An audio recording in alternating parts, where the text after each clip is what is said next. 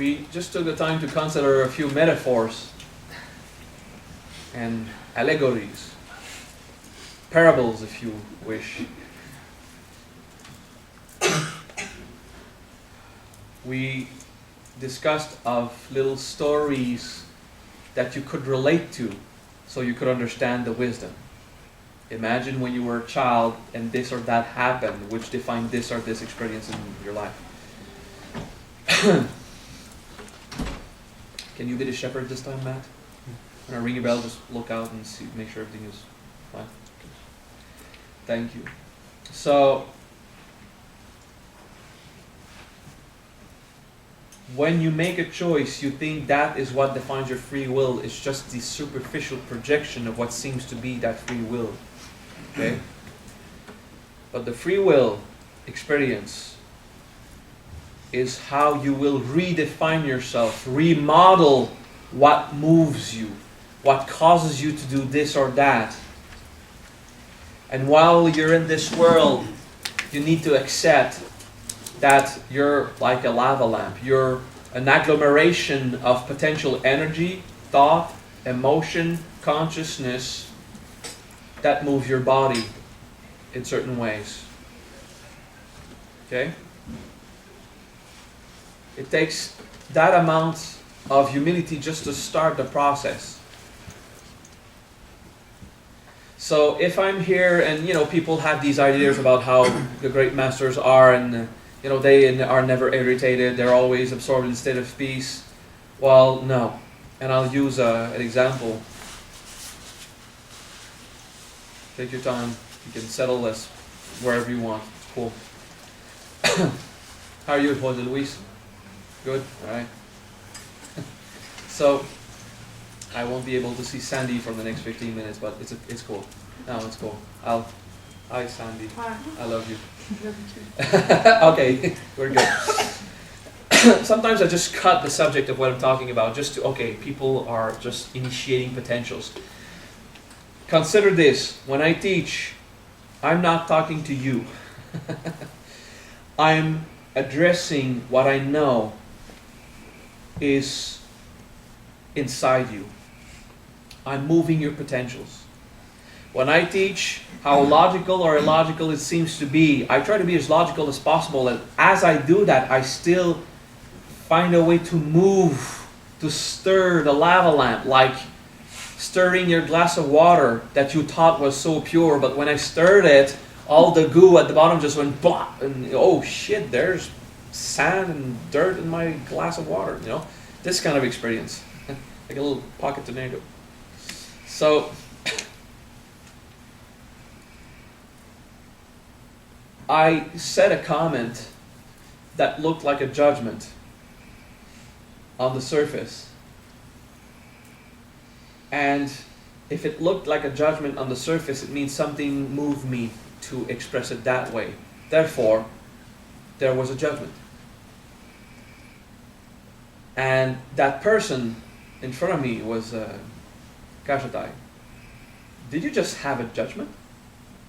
And I answered without hesitation, I have no judgment of having one.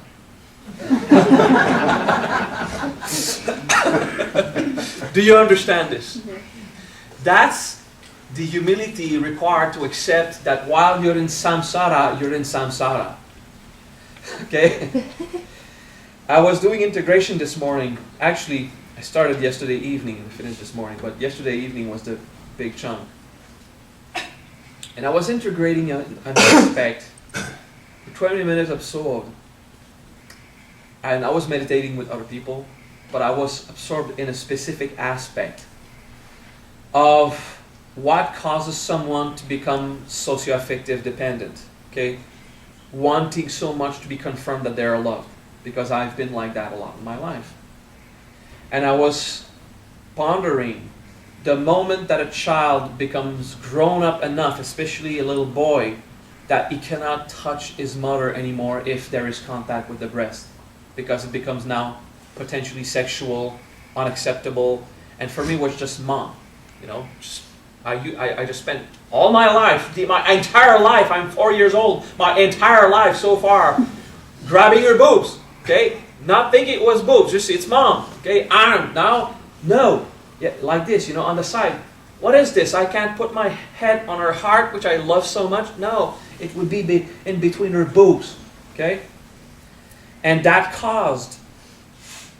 Now, I don't say that you should allow your children to play with your boobs. I'm not saying that. No. Yes, you could. You have at one point to cause that separation to provoke another concept, which is becoming emotionally autonomous, which is very good. Okay, but I still had that. Experience that potential energy, this idea of I have been rejected by woman as a whole.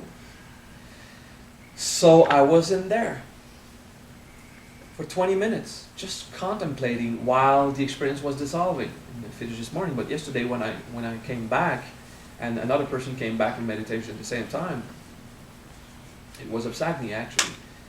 And I said, what were you integrating? And I figured that some people think that if I have integrated something, I'm completely free of everything. The fact is, while I'm in samsara, and I have something inside me defining I could be affected in certain ways,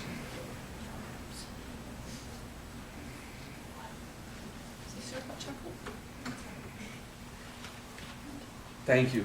Room service in the conference room. That's so cool.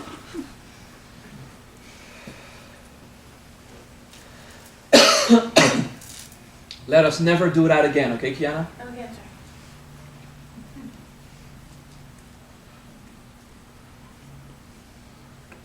I know that what I teach sometimes is disturbing. Everyone this week, wrong plane tickets, wrong date, delayed flight, someone to pick you up was not at the good time, or could have been late if another did not remind them that they were actually wrong.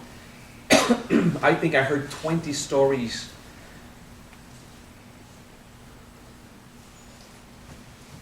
Confusion between roommates that were supposed to be rooming. So much people having resistance. Some at the hospital. So they are not here at the moment.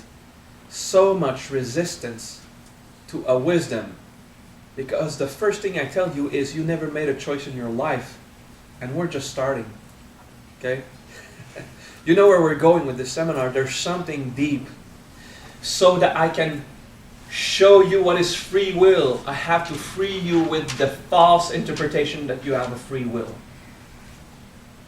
But there is resistance. And that is why we keep being interrupted. Well, usually it doesn't happen that much. Okay?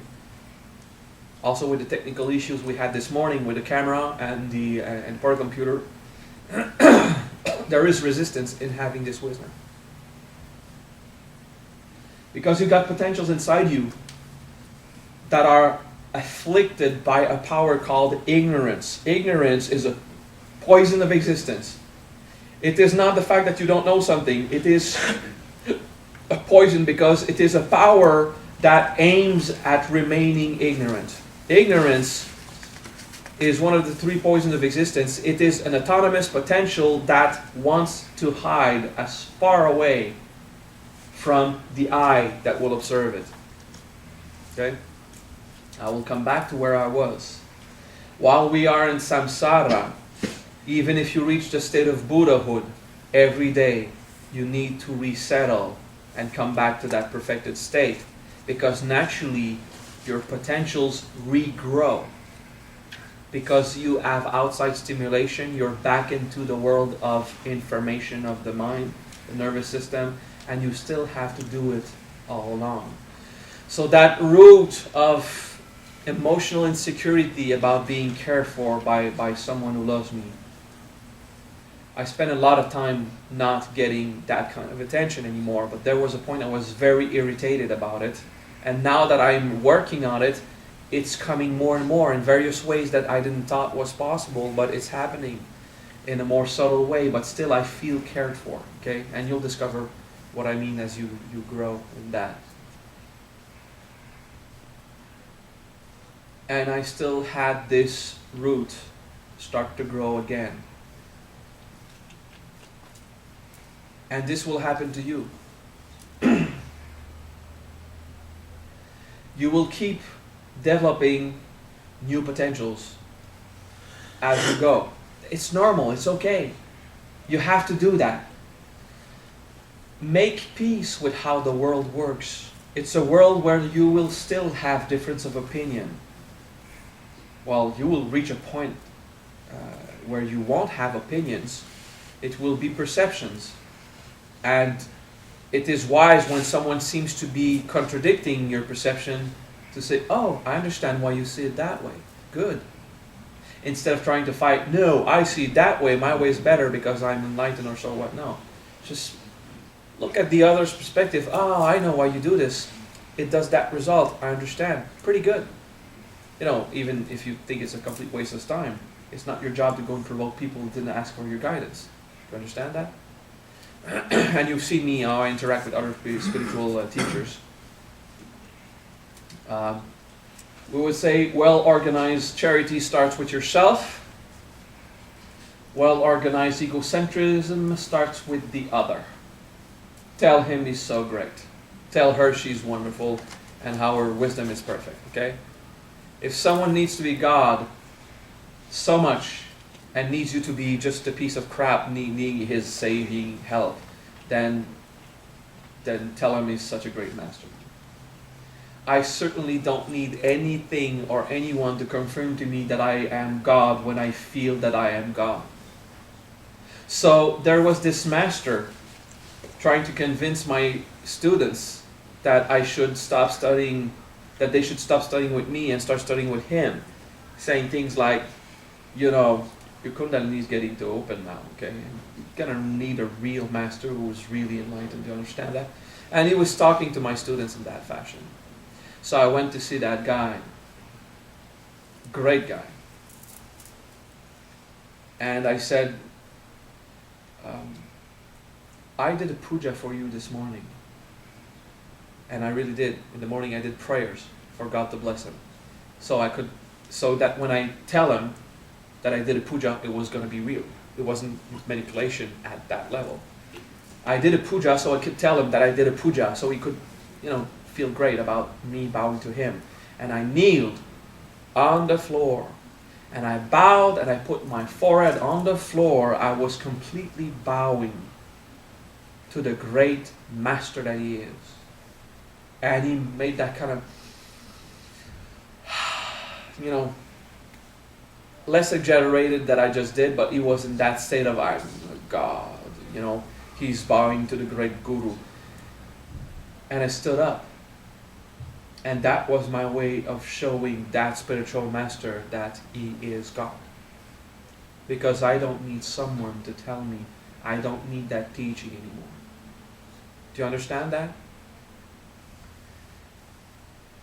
And I went back home, and this teacher finds himself to be so great, and he's on his way, He accepted to take more disciples, he's more active, trying to teach, and one of his disciples got terrible psychological problems now after a few years of studying with him and had to go see a shrink instead of his master, so he could see that maybe he needs to perfect his art of teaching. Okay? To make one of his students mentally ill is something. I'm not saying names, but you can ask when the camera is not rolling. The thing is, you can always find a way to adapt to someone else's wisdom. You don't need to go and propagate our view. If you think it's efficient, you do it.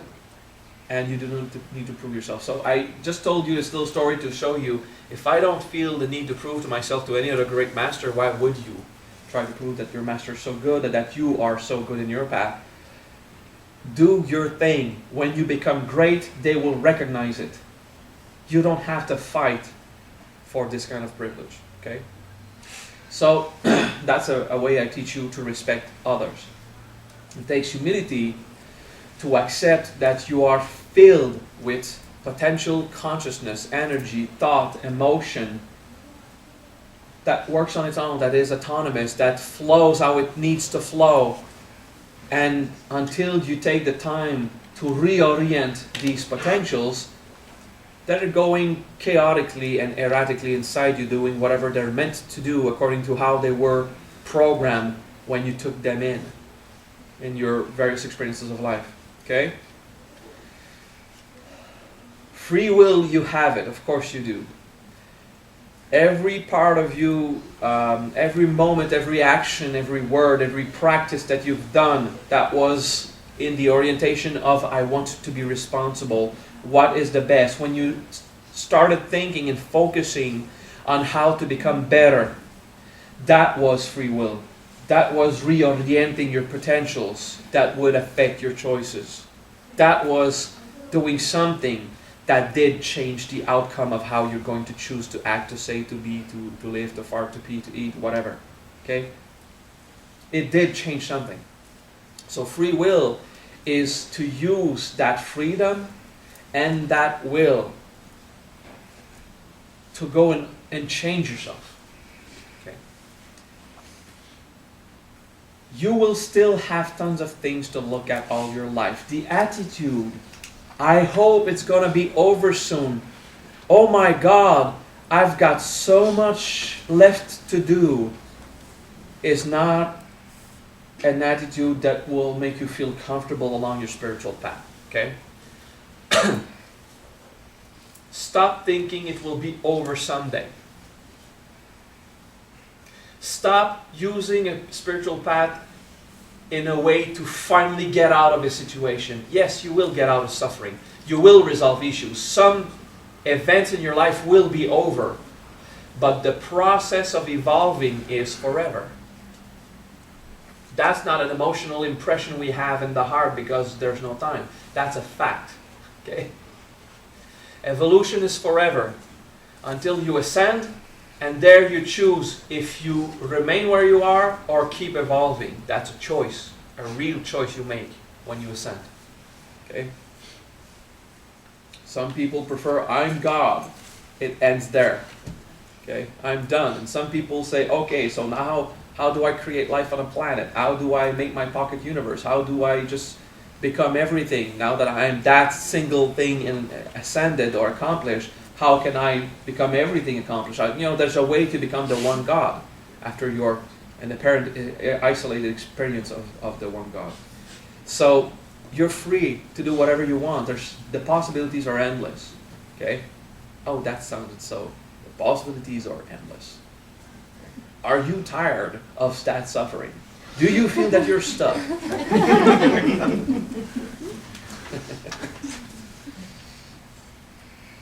We can show you how to take these emotional experiences and turn them into your favor.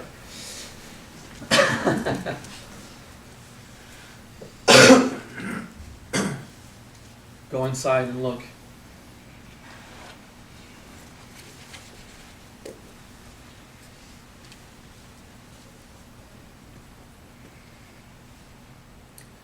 You will contemplate what I have said today. The idea of free will. The idea that you have less than you thought you had. Or that you have more but simply did not know how to use it. I want you to contemplate the choices that you wanted to make. Nothing specific, but just the idea, yes, I do want to make choices. And how hard these choices are. Contemplate the difficulty when you feel that you just don't know what to do. The frightening experience of pure free will where there's nothing that will tell you how to act and what to do, and you just have to take your life in charge. Contemplate the idea of the choices that was imposed, the choices that were commanded by society. You didn't want to do something, but it seemed more logical in this or that way. I want you to find the conflicts inside you. What is your conflict with free will? You'll find one more important than the others. Is it because you wanted to be free as a teen and you were completely enslaved to a straight mindset family? Is it because you wanted to do your best at work and it wasn't accepted? Is it because your lover is such an asshole with you? The entire idea of I want to do stuff and then I feel imprisoned. If you got children, you've got responsibility. You have to. I endorse that very much. But do you feel that you can't do what you want because you made choices and now you have to live with them? Find that part of you that is irritated of having no freedom.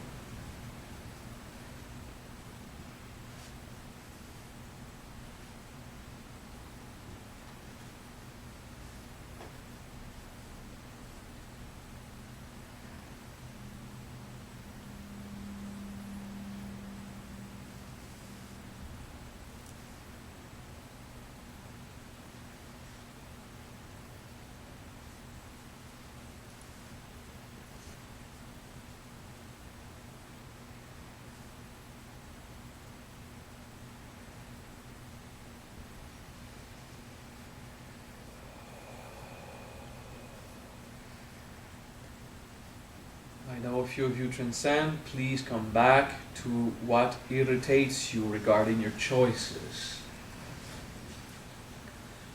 Did you feel rejected? Was your father hard on you to the point you couldn't think on your own anymore? You feel aggravated when your wife, your husband, your children, your boss, your friends, your family seem to apply some form of control. Maybe it's an experience from your far past, but it's still traumatized inside you. To feel chained, to feel as a slave of your choices. Choices that you didn't even make, they were imposed or you were naturally conditioned to make them. That's hard. That's not fun. You make choices, people don't agree, and you feel guilty. You make choices that are challenged, you become ashamed. You need to protect your choices, you're filled with pride. There is no choice done yet, you're so afraid. Choice is a curse and a blessing. Will torture your heart. Now you remember moments that you were so afraid of choosing to take action. You were a teen. I'm in love with that person. I have to go say something. And you have to deal with the fear of taking action or the regret of never having done it. Ooh. Choice is power.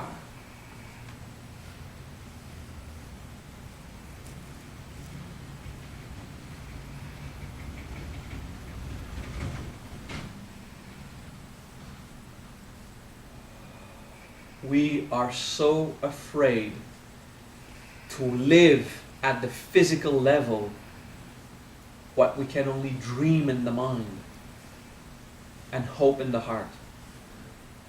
To physicalize, to materialize, crystallize, and manifest in the Malkut physical world what we dream of is a challenge that we have to learn and to apply and to affirm ourselves as creator of our life.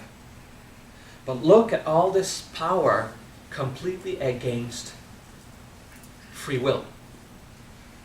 This power that is afraid, that is ashamed, that is guilty, that is against the choice that you want to make. You're mentally conditioned to not agree with yourself. I desire this, but it's not logical. I understand. It doesn't mean you have to do something illogical. Maybe you should not make that choice.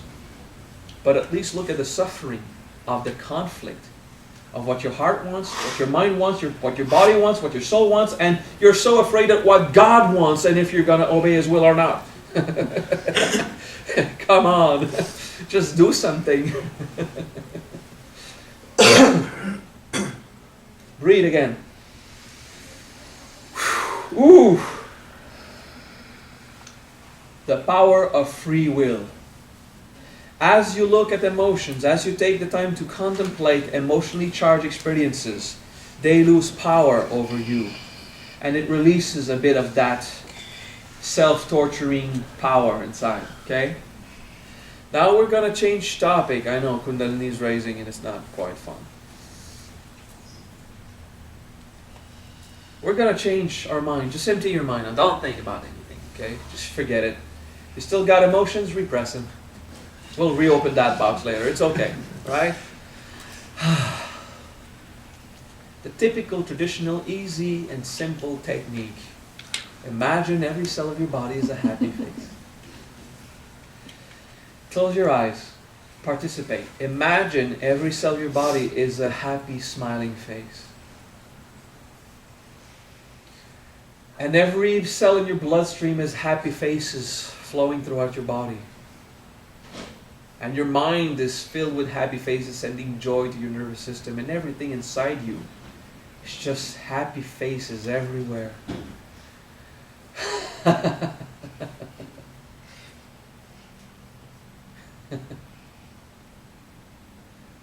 Gentle and happy.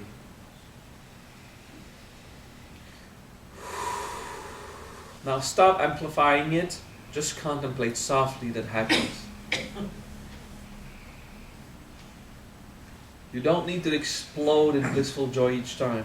Sometimes it's required to explode in bliss. Sometimes you just want to softly bathe in it.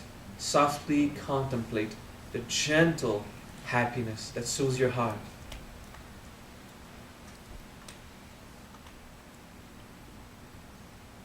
Relax.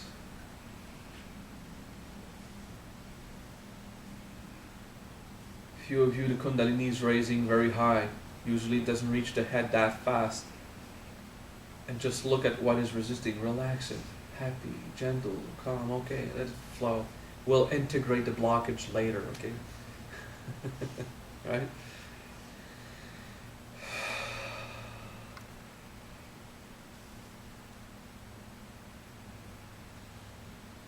And come back.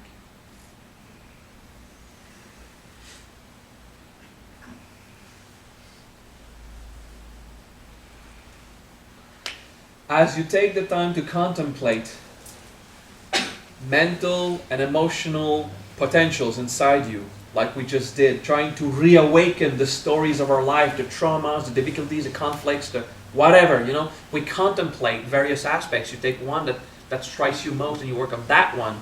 I have to suggest a lot, but you know what you have to do, and tonight you'll have to do that integration again, okay? So homework, for those who want to have a most wonderful day tomorrow. Tonight, at one point, you need at least 20 minutes to find one of these potentials inside you hindering your free will, and just go sink in it and look at it until it dissolves, until it releases the wisdom that it contains and becomes, I understand.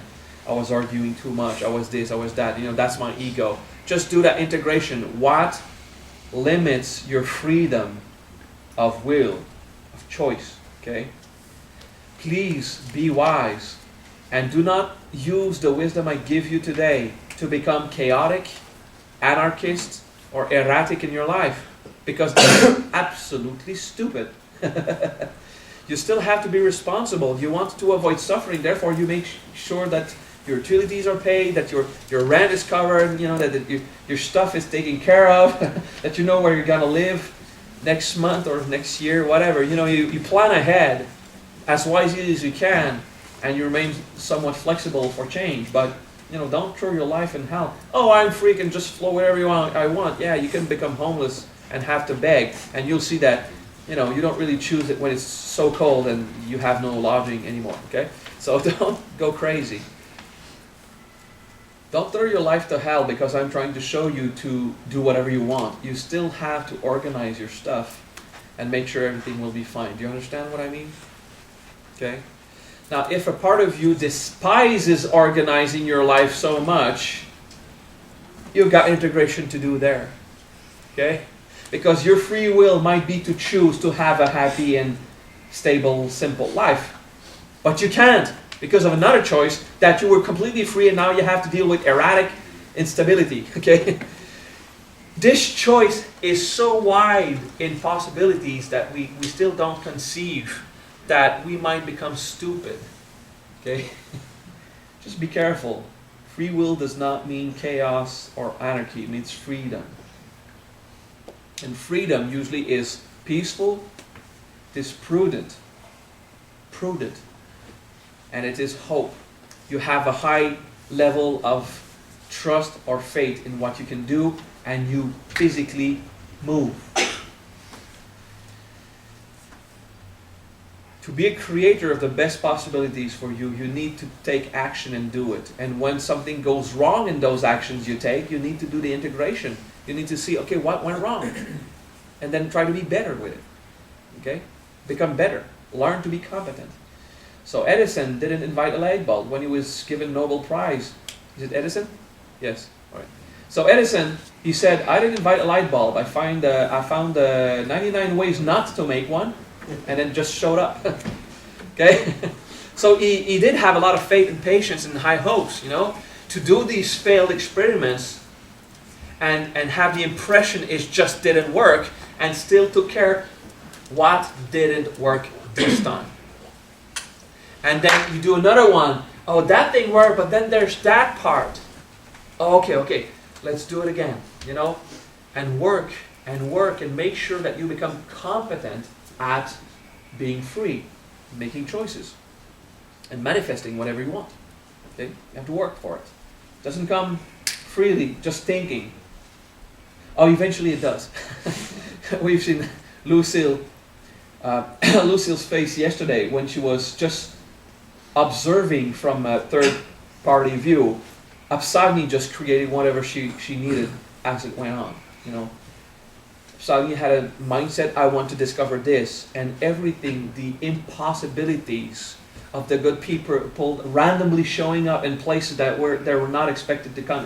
Tons of things that was just coming way out of the ordinary for Absagni to have the answer.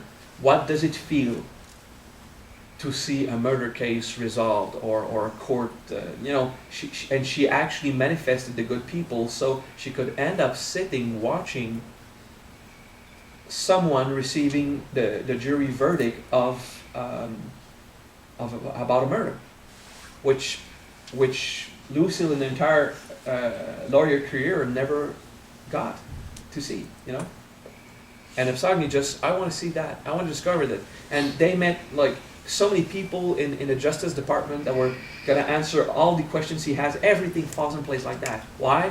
Because Absagni once made one action, and every other God did for her. But she needed to do that action. Okay? And it's the same for you. You need to make one action filled with faith for God to do every other thing for you. If you want God's help, you need to initiate the process. Because you're setting in motion the power of that potential. And then, boom, it falls in place, okay? But if we take another experience, Shanti boom, under the impression that every single aspect she has to make an effort, and it's all wrong. It's always like pushing against the wind. No, it's not. It's not. You're building walls. You need to carry bricks. You need to set up trusts and forehands and structures and systems. Why is these structures so? I hate structure. Yeah, well, maybe it's so hard to set them up. Maybe you want to make peace with so fanatic structures, And how come everything has to be straight for everything to work out fine? How about that, You keep questioning me on a problem, and you're giving the answer as you question it, but you just have the perspective of it is still a problem. No. You got your solution right there. How can you easily build structures in your life that will stay? How about making peace with building structures that will stay? And then she comes and she said, I'll just take an example. I have put your table right here because I was asked to. It was okay. Everything was fine. And someone came and tilted it like 1 millimeter. Like, okay, that's perfect. And because of that, and she thought, okay, that other person, who's the one who corrected that? It should be Lucille because she's the only free. Okay. that would realign it 1 millimeter. That's good, okay? Because what you wanted everything to be perfect, and that's okay. She interpreted that as Lucille just suggested that I was wrong. By trying to set it up perfect, what you did is you tilted a bit the table so that bottles of water under it started to bend and went to fall. So by trying to correct something, you actually twisted something else that you didn't pay attention, like the 3 other subjects I told you this morning. That's not good, that's not good. What are you doing? You're trying to do your best and you keep doing stuff like awkward. Stay focused and relax. Hey, free will can't be imposed like that. You should look at what rise in that experience. Thank you very much. You still have tons of crap to heal. Okay, so I did look at it like, okay, are you confirming you finally healed that? All right. No, So I'm saying this for everyone else to hear the story, okay? So she has to look at how she was offended personally by someone who didn't want to offend her. She wanted everything to be perfect.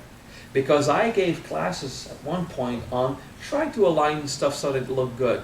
But at one point, like 1.1 degrees of the orientation of a table that is just meant to be there to hold coffee and a bell, you know, that's a bit too much, Lucille, all right? You need to, okay, the table's there, he can put stuff, it looks straight. Next, where can I be more efficient? Okay, understand that? Susie asking, why is everything on the altar so strict and straight, and can I just not put it in an inspiring way? Yes, it's good, but when everything is strict and straight and aligned according to our rules, it's just that it will cause an impression in the mind of people looking at it. Okay, you like your chaotic altar at home, no problem, okay? It's good, right? Just throw stuff. Now it's like trees growing randomly. It's perfect. I know it's not that. I've seen your altar. It's well built. Okay. Why are you so fanatic? No, don't be so fanatic. Just be careful. Make it good. And other religion and other spiritual tradition have altars in a completely different way. Never come and believe that our way is the good one. We set up an altar in a certain way so it would produce a certain effect. Period. Is it good? Is it not? The others do something different that causes a different effect when people gaze at it. That's it. You understand? Free will. Free will in a responsible and wise way. We know what we're doing and why we're doing it. That's it. No judgment.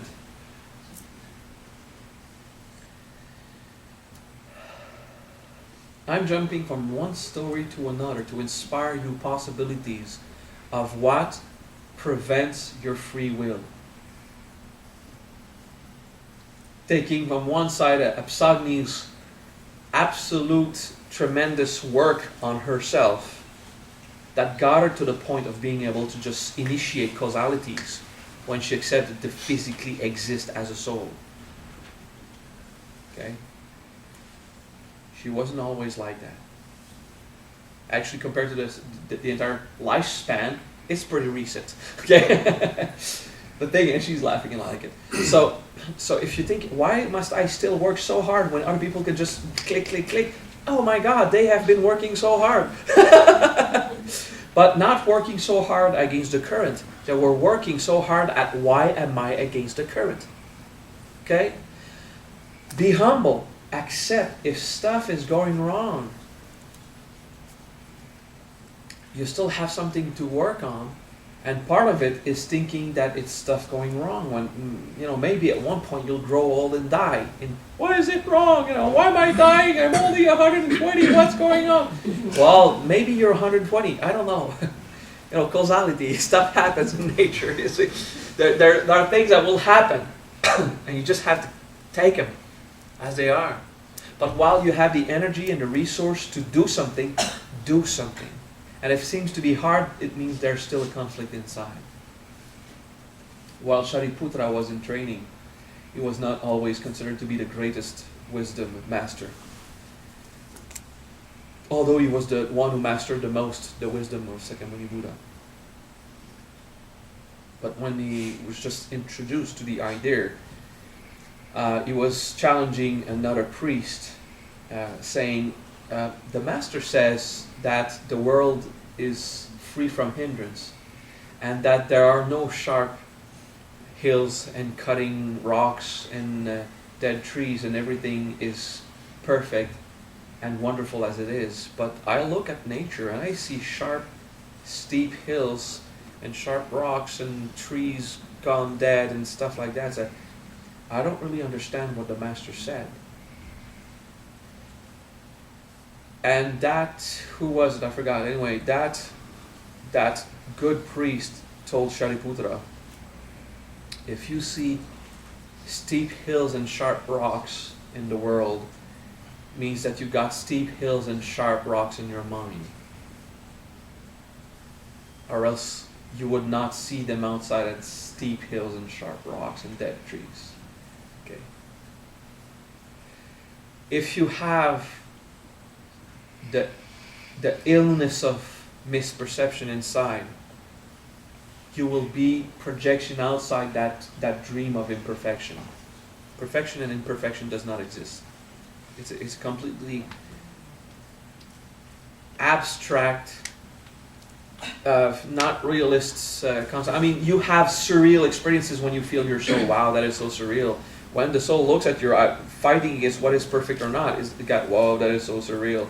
You know, your soul finds illogical and immaterial or unconceivable the idea that it would establish what is perfect and what is not. Okay, that is a complete nonsense for a world where things are as they are.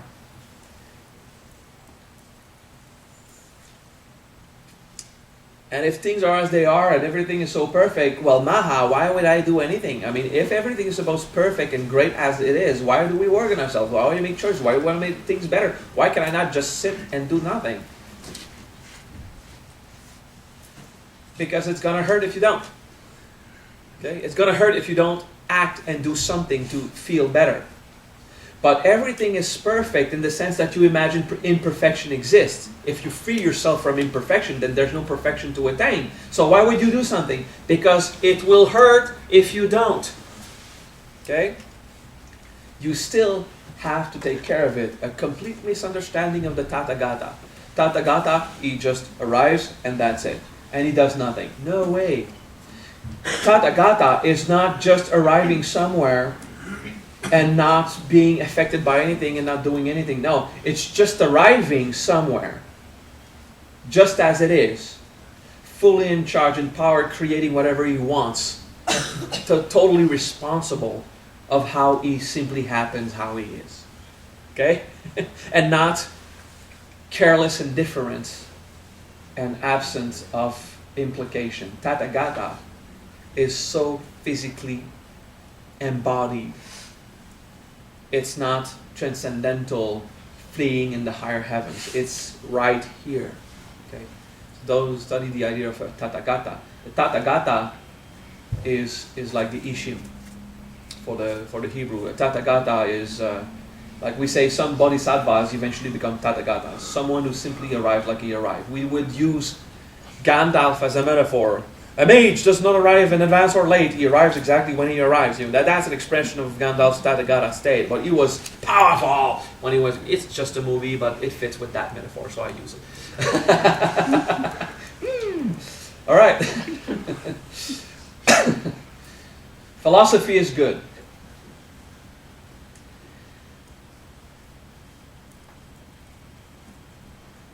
If you don't have choices to make right now in your life, it will be useful nonetheless to go back in your history, your past, to find those conflicting moments, so that at least now you can be at peace with them. Okay? For the idea of forgiveness. To forgive your parents for their incompetence at freeing you from their rules. I mean, to forgive your children in their incompetence at following the rules you want to enslave them in. To forgive, okay? It's done, okay? There had to be some level of rules, or else everything would be chaotic and painful. There had to be. Okay, that's important.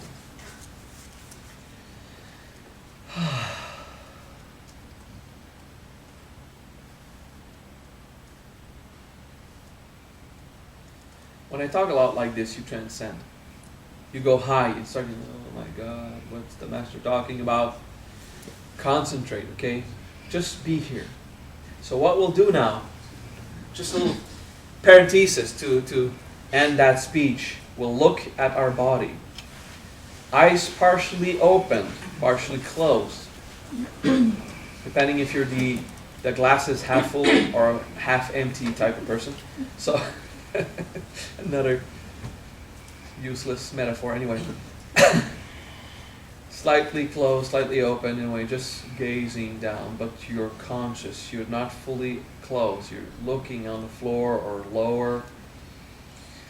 And you breathe and you feel your body. That's just to inspire you the possibilities that your soul could be physically embodied one day. What you want is to drag that consciousness in the body. Be there, be here. Physically live it.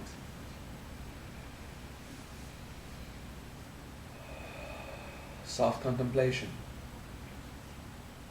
I'm in my body. I'm in the world. I'm physical being as much as spiritual being.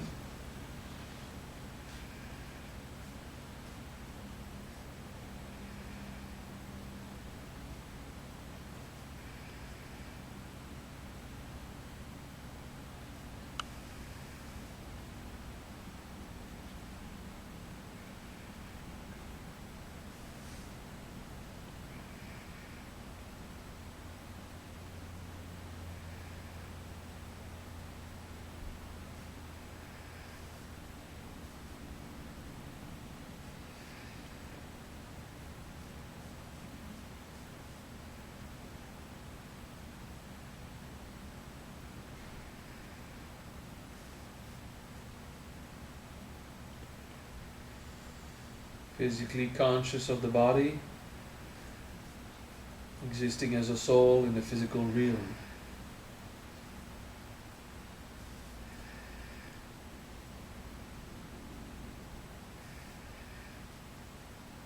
Try to settle your mind, not with effort. Don't try to stop your mind. Don't make efforts to stop thinking. Just try to gently settle down in a state of not thinking. Don't force it, just come back to not thinking when you see your mind flies away. Just, you're here, conscious, physical, with a clear mind.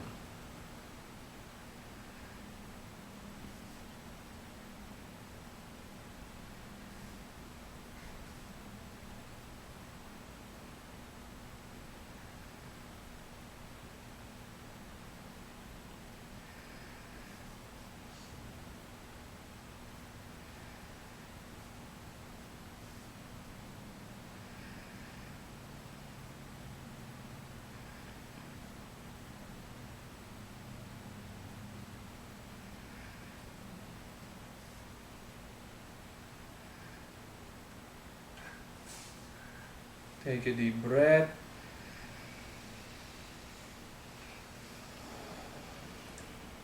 Close your eyes. Forget everything. Just let go.